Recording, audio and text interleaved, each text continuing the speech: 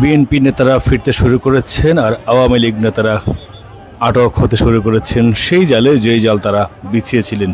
লোকটিকে দেখলে চেনার কোনো উপায় নেই। উনি হচ্ছেন শেখ হাসিনার বেসরকারি শিল্প বিনিয়োগ ও উপদেষ্টা সালমান এফ রহমান। চেনার কোনো উপায় রয়েছে? আজ গ্রেফতার হয়েছে সালমান এফ রহমান ও সাবেক আইনমন্ত্রী আনিসুল হক।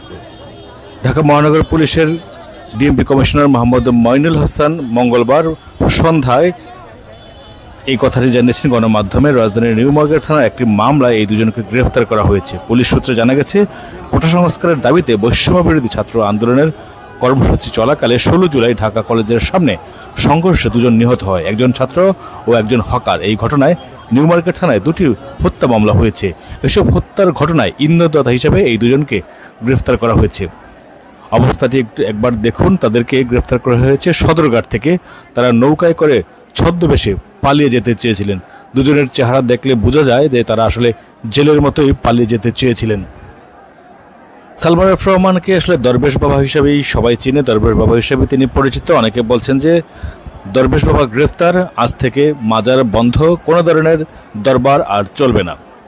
আনিসুল হককে তো নিশ্চয়ই আপনারা চেনেন। তিনি বারবার আইন দেখাতো, কিভাবে আইনের মার পেছ, আকাশে যত তারা আইনের তত ধারা, সকল ধারায় তিনি দেখিয়েছেন। নিশ্চয়ই মনে আছে বিএনপি চেয়ারপারসন খালেদা জিয়া মৃত্যুর শঙ্কায় রয়েছে, তিনি মুমূর্ষু অবস্থায় বাংলাদেশের চিকিৎসা নিচ্ছেন দীর্ঘদিন ধরেই। আপনারা নিশ্চয়ই মনে আছে তাকে বিদেশের চিকিৎসার সুযোগও দেওয়া হয়নি। এই আইনমন্ত্রী আনিসুল হক তিনি এসব ধারা দেখিয়েছেন, তাকে বিদেশে যাওয়ার সুযোগ নেই। অথচ আজকে তারা পালিয়ে যেতে চাইলেন। সদরঘাটে কেন তারা পালিয়ে যেতে চাইলেন সেটিও নিয়ে অনেকে প্রশ্ন করেছেন। তারা সদরঘাট কেন যাবেন? অনেকে বলছেন যে এটি একটি নাটক, কারণ এই নাটকের স্ক্রিপ্ট তারাই আগে লিখেছিলেন। তারই ধারাবাহিকতায় তাদের সদরঘাট থেকে গ্রেফতার করেছে পুলিশ। নিশ্চয়ই আপনারা জানেন যে এই ধরনের নাটক আপনারা পূর্বেও অনেক দেখেছি, যেগুলিকে সস্তা স্ক্রিপ্ট, দুর্বল স্ক্রিপ্ট বলে আমরা অভিহিত করেছি দেশের মানুষ। সেটি তারা আসলে দেখিয়েছেন এবং তার প্রেক্ষিতে তারা গ্রেফতার হয়েছেন। দুজনকেই বিধ্বস্ত অবস্থায় গ্রেফতার করেছে পুলিশ।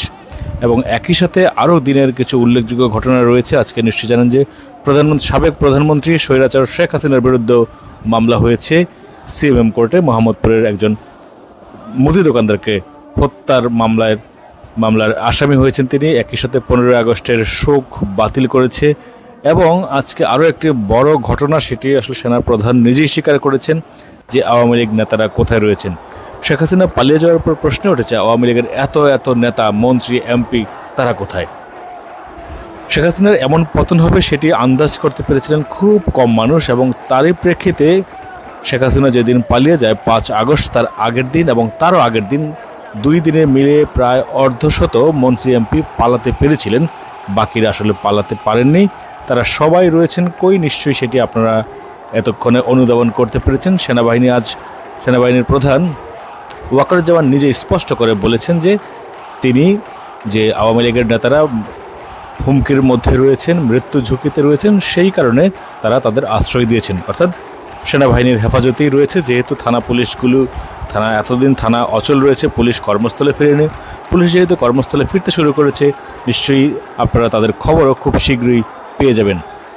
এবং নিশ্চয়ই দেখবেন যে আগামীকালও বেশ কিছু নেতা গ্রেফতার হবেন এবং তারপর দিনও গ্রেফতার হবেন। এরকম গ্রেফতার হতেই থাকবেন এবং যতক্ষণ পর্যন্ত গ্রেফতার শেষ না হয় ততক্ষণ পর্যন্ত গ্রেফতার চলতেই থাকবে। হয়তো বাধ্যতামূলক অবসরে হাবিবুর রহমান ও মনিরুল ইসলাম, ঠিক আছে, 2 জন পুলিশ কর্মকর্তাকে বাধ্যতামূলক অবসরে পাঠানো হয়েছে। এবং দিনে আপনারা জানেন যে বেশ কয়েকজনের ব্যাংক অ্যাকাউন্টও ফ্রিজ করেছে। সাবেক আইসিটি মিনিস্টার পলক ও তার স্ত্রীর ব্যাংক হিসাব জব্দ করেছে। হাসান মাহমুদের এবং তার স্ত্রীর ব্যাংক হিসাব জব্দ করেছে গতকালই, আপনারা জানেন নিশ্চয়ই। এবং আপনারা জানেন যে আজকে স্বরাষ্ট্রমন্ত্রীর একটা ভিডিও ফাঁস হয়েছে, সেটা হচ্ছে গুলি করলে মরে না, বাকি একটা মরে, একটাই পড়ে থাকে, বাকিটি যায় না স্যার। এক পুলিশ অফিসার স্বরাষ্ট্রমন্ত্রীকে এমন একটি ভিডিও দেখেছিলেন, সেটিও আজকে আলোচনায় উঠে এসেছে।